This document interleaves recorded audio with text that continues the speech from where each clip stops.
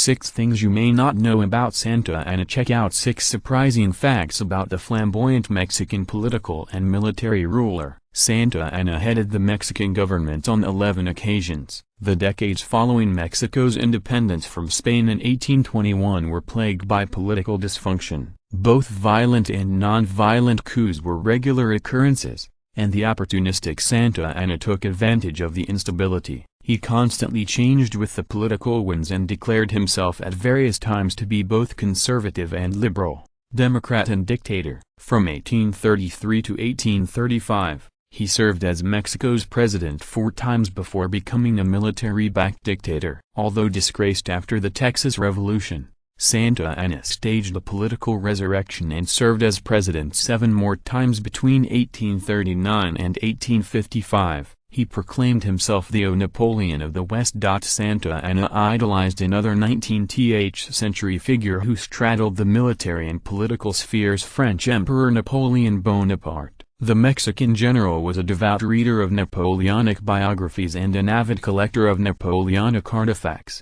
Portraits of the French emperor adorned the walls of his estates, and his military regiments sported uniforms inspired by the French army. Having seen a portrait of Napoleon riding heroically ahead of his troops, Santa Anna decided to also lead his troops from the front, and he mimicked his hero's tactics, even making his troops march in the same manner as Napoleon's army, down to the precise inch. When Santa Anna sought to mirror Napoleon's sweep across Europe and his offensive against the Texas rebels in 1836, however, he encountered the same disastrous fate suffered by his idol in his Russian campaign of 1812. He staged a state funeral for his amputated leg. General Santa Anna's prosthetic leg. Credit: Illinois State Military Museum, Department of Military Affairs, Springfield. 2 years after the 1836 Battle of the Alamo, Santa Anna led a makeshift army against French forces who had invaded Veracruz,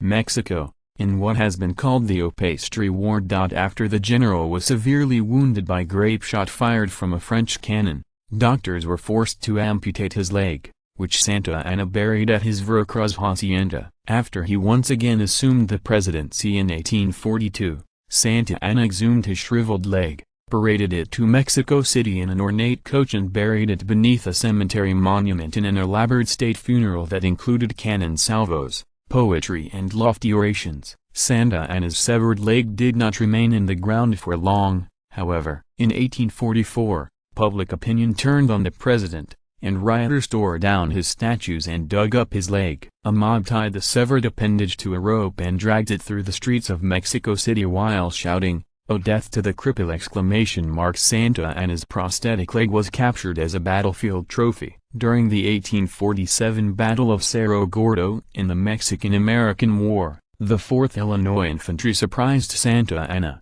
who fled without something quite important: his prosthetic cork and wooden leg. The Illinois soldiers seized the leg as a trophy piece that they brought back to their home state, where it toured at country fairs before falling into the possession of the Illinois State Military Museum. The Mexican government's repeated requests to repatriate Santa Anna's fake limb have been denied.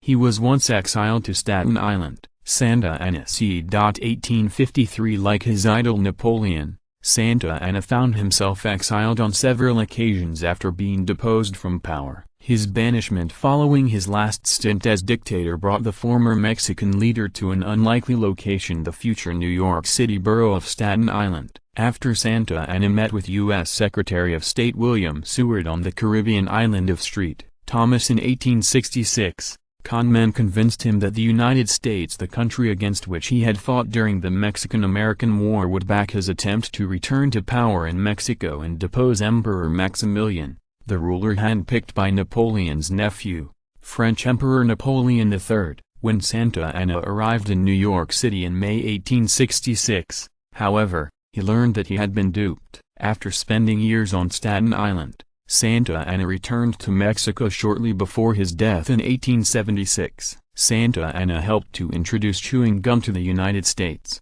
During his forced retirement in Staten Island, Santa Anna imported a chewy, rubber-like substance harvested from Mexican sapodilla trees chicle. When Santa Anna's personal secretary and interpreter showed the material to friend Thomas Adams, The amateur inventor was intrigued and thought he could use it to produce a rubber substitute. With the help of Santa Anna, who hoped the experiments would result in a windfall that could finance a return to power, Adams spent $30,000 in an unsuccessful attempt to vulcanize the chicle. While that venture failed, however, Adams successfully added flavorings and sweeteners to the plant to create a rubber chewing gum. The chewing gum company started by Adams would become one of the largest in the country, rivaled only by that of William Wrigley Jr., and the developer of chiclets.